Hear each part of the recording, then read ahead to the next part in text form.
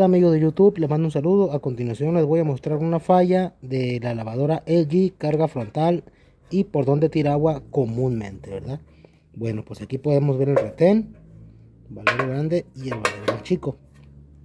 Ok, aquí como pueden ver amigos, esta es la cruceta. Aquí está la lavadora, ahí está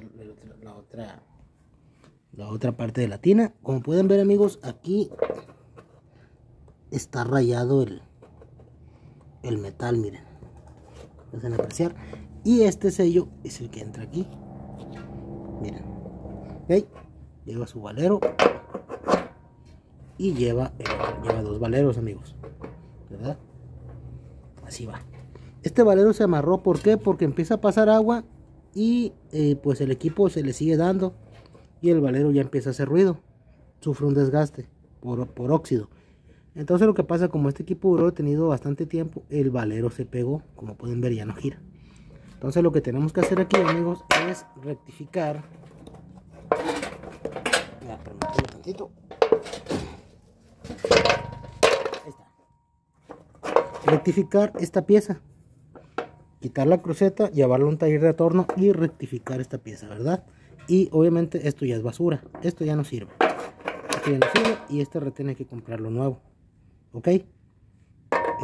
Y la numeración de los valeros aquí se las muestro, qué tipo de valero es el, a ver si se ve, 6306, y el valero más chico es aquí está, permítame tantito, ahorita lo encuentro,